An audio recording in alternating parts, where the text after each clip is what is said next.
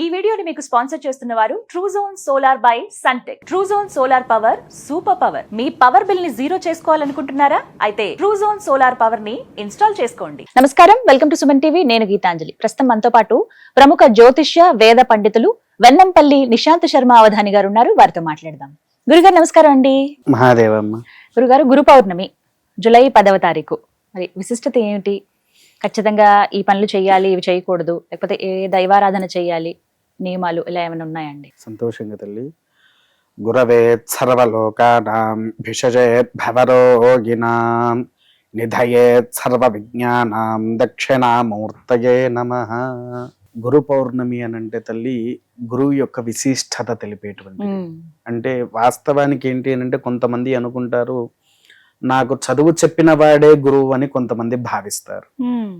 ఇంకొంతమంది లేదు నాకు మార్గదర్శి చూపించిన వాడు నాకు గురువు అంటారు. కాకపోతే ఏంటి అని అంటే మన వేదశాస్త్ర ప్రకారంగా మనకు ఉపనిషత్తుల్లో వేదమనోత్స్యాచార్యోంతే వాసిన మనుషాస్తి సత్యం వద ధర్మంచర స్వాధ్యాయ ప్రవచనాభ్యాన్న ప్రమదితవ్యం మాతృదేవో భవ పితృదేవో భవ ఆచార్య దేవో భవ అని మనకు శాస్త్రం ఘోషించింది.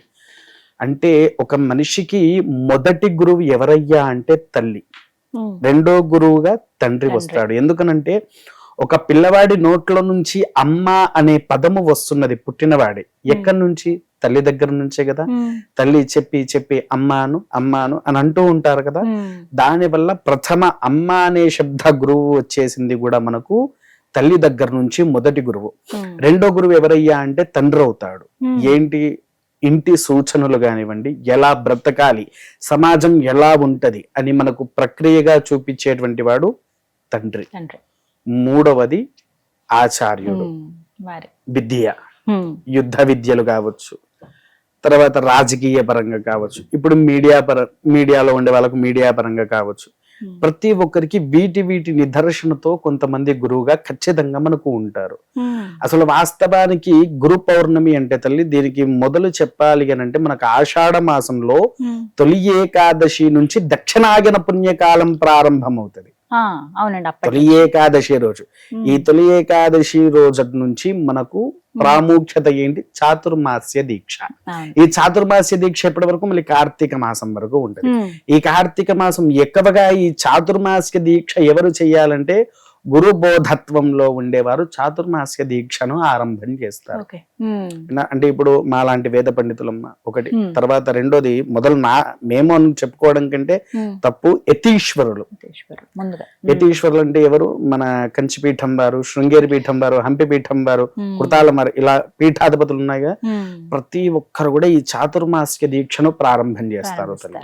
ఈ చాతుర్మాస్య దీక్ష ప్రారంభమైనటువంటి 5వ రోజు మనకు గురు పౌర్ణమి అని సంభవిస్తుంది. ఈ గురు పౌర్ణమికి ప్రాముఖ్యత ఎవరయ్యా అంటే మొట్టమొదటి వాడు దక్షిణామూర్తి, రెండోది గురు దత్తాత్రేయుల వారు, మూడవది ఆదిశంకరాచార్యులు. తర్వాత మనం ఎవరైతే గురు సత్స్వరూపాలుగా భావిస్తున్నాం అంటే రాఘవేంద్ర స్వామి వారు కావచ్చు, ఇంకా ఎవరికి నచ్చిన వాళ్ళను కొంతమంది సాయిబాబా అంటారు. సాయిబాబా రాడు గురు పౌర్ణమికి వాస్తవం, ఎందుకంటే ఆయన ఒక హంస, భగవంతుడి రూపంలో పుట్టినటువంటి హంస కాబట్టి. తర్వాత ఇంకో విషయం ఏంటంటే ఇలా చెప్పుకుంటూ పోతే గురుతత్వంలో ఉండే వాళ్ళు మనకు చాలా మంది ఉంటారు. వాస్తవానికి చెప్పాలి అని అంటే కొంతమంది గురు ఛేదన చేసిన వారు, అంటే గురువుని తెలిసి తెలవని వయసులో, ఫర్ ఎగ్జాంపుల్ ఎక్కడి వరకు తప్పుగా అనుకోక తల్లి, నిన్ను తీసుకుంటాను, నువ్వు చదువుకుంటున్నావు, చదువుకునేటప్పుడు పొరపాటున నీకు ఒక సబ్జెక్ట్ లో ఒక టీచర్ అనేటువంటి వాడు నచ్చాడు. ఏందబ్బా ఈ తలకాయ నొప్పి, ఈ టీచర్ వచ్చేసాడు, అబ్బా వీడు వచ్చిందంటే నాకు గోలనే అని చెప్పేసి అని తిట్టుకుంటాం. అది మనకు తెలవకుండా గురు శాపం కింద పడుతుంది. దోషం, అది కూడా దోషం తల్లి. ఆ గురు శాప వలన ఏమవుతుందంటే చదువులో వృద్ధి అనేది తగ్గిపోతూ ఉంటుంది. కొంతమంది ఫస్ట్ క్లాస్ నుంచి మంచిగా చదువుతూ ఉండేటి వారు ఉంటారు, రాను రాను రాను తగ్గిపోతూ ఉంటది వాళ్ళ చదువు. ఎప్పుడైతే వీడు గురువుని తిట్టడం మొదలు పెడతారో గురువు దగ్గర ఉండే వ్యక్తి ఎవరయ్యా అంటే మొట్టమొదటిగా సరస్వతి. ఆ సరస్వతీదేవి ఆయన ద్వారానే మనకు వస్తుంది. మనం ఇండైరెక్ట్ గా సరస్వతీదేవిని కూడా తిట్టేసినట్టే కదా. అందుకోసం వాడి యొక్క విధి తత్వాల్లో దిగిపోతూ ఉంటుంది. ఉమ్. ఈ గురు పౌర్ణమికి ఇంకో పేరు కూడా ఉంది తల్లి, వ్యాస పౌర్ణమి అని అంటారు. అవునండి, వ్యాస పూర్ణిమ, బుద్ధ పూర్ణిమ అని కూడా బుద్ధ అంటారు. పౌర్ణిమ అంటారు. వీళ్ళంతా ఏంటి అని అంటే గురుతత్వ రూపంలో వచ్చిన వారు. ఉమ్. ఆ రోజున గురు దోష నివారణ చేసుకోవడానికి అత్యంత అద్భుతమైనటువంటి ఫలితము ఉంటది. ఏం చేయమంటారండి? వాస్తవానికి ఏంటంటే తల్లి, ఈ గురు పౌర్ణమి రోజున మొదలు ఉదయాన్నే లేచి మనకు బయట పాదుకలు అని దొరుకుతాయి పూజా స్టోర్స్ లలో. అంటే చెక్కవి పాదుకలు దొరుకుతాయి, లేకపోతే చిన్నవి ఇత్తడి పళ్ళెంలో రాగి పళ్ళెంలో మనకు దొరుకుతూ ఉంటాయి. వాటిని తెచ్చుకోవాలి. తెచ్చుకొని మన ఇంట్లో దేవుళ్ళ దగ్గర పెట్టేసేసి పూజను ఆచరించాలి. ప్రత్యక్షంగా అంటే మనకు విద్య నేర్పిన వాళ్ళు ఎవరైనా గురువులు ఉంటే గనక తల్లి ఖచ్చితంగా మన ఇంటికి పిలవాలి. పిలిచి కాళ్ళు కడిగేసి గురు పూజ అనేది చేయించాలి తల్లి. గురు పూజను ఆచరించి అది కూడా పుష్పారాధనతో చెయ్యాలి. పుష్పారాధనతో గురు పూజ మనం ఎప్పుడైతే చేస్తామో మనలో ఉండేటువంటి గురువుని తిట్టిన దోషాలు ఏవైతే ఉంటాయో అవి పూర్తిగా నివారణ అనేది జరుగుతుంది. ఒక్కసారి చేస్తే అయిపోతుంది అంటే ఒక్కసారి వల్ల ఏది అవ్వదమ్మా. చేస్తూ చేస్తూ పోతూ ఉంటేనే అది మనకు దోషం అనేది తగ్గిపోతూ ఉంటుంది. అలా గురు పూజ అయిపోయిన తర్వాత చాలా మంది ఏం చేస్తారంటే మాఘమాసంలో సరస్వతీదేవి అని చెప్పేసేసని శ్రీ పంచమి రోజున ఆ సరస్వతీదేవి పుట్టిందని అక్షరాభ్యాసాలు చేస్తూ ఉంటారు. అసలైతే గురుతత్వంలో గురు పౌర్ణమి రోజున అక్షరాభ్యాసం ఎవరైతే ఆచరిస్తారో వారికి జీవితాంతం సరస్వతీదేవి వాడి నాలుక మీద తాండవం ఇస్తూ ఉంటది అనేది మనకు శాస్త్రంలో ఉంది. కాకపోతే దీన్ని ఏంటంటే పెద్దగా పైకి తీసుకురాల. అది కూడా ఎందుకు అనంటే ఆషాఢ మాసం మౌఢ మాసము అంటారు, మూఢాలు అంటాము. అందుకోసం చాలా మంది ఆషాఢ మాసాన్ని పక్కకు పెట్టేస్తారు. ఆ విధంగా దీన్ని తగ్గిపోయింది.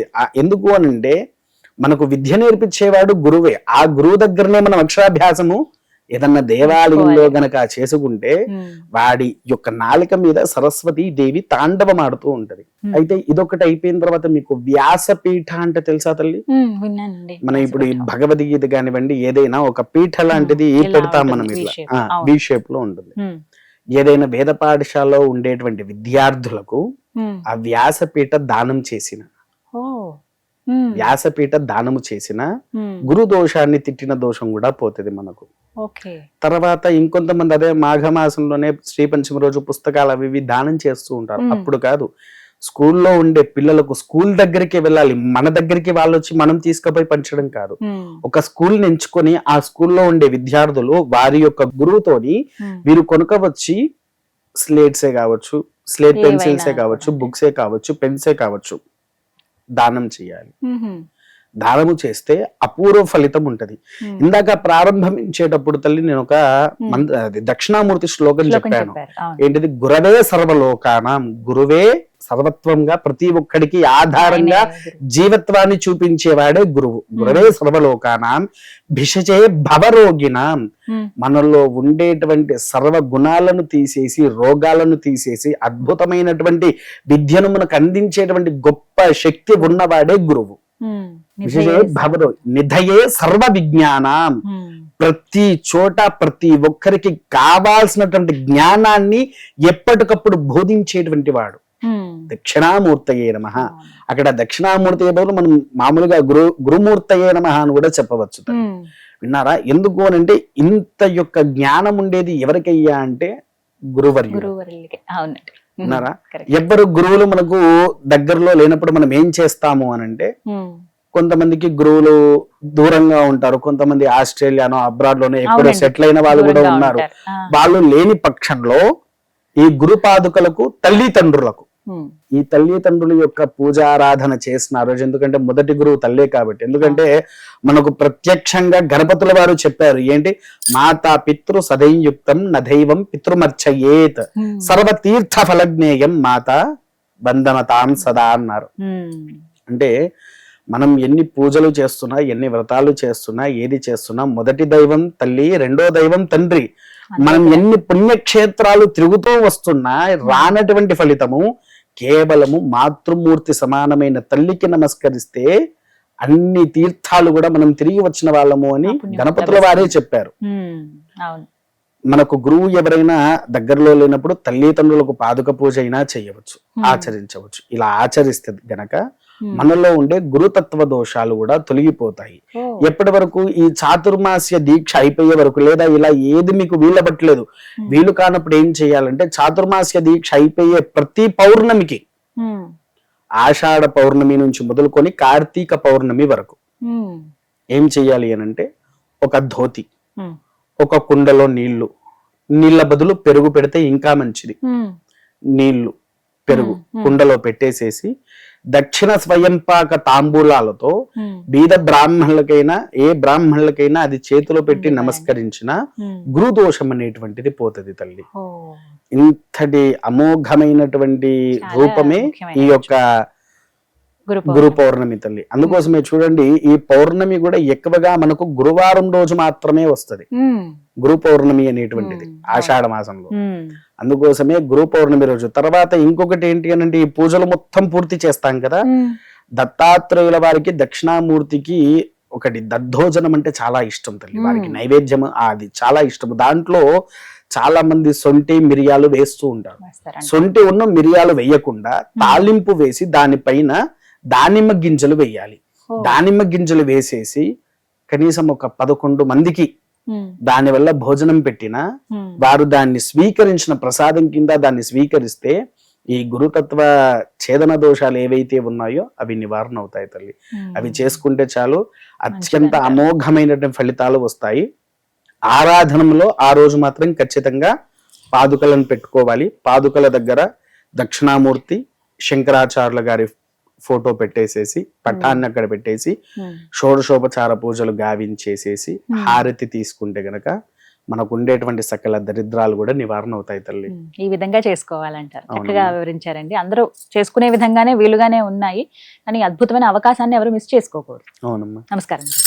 మహాదేవ.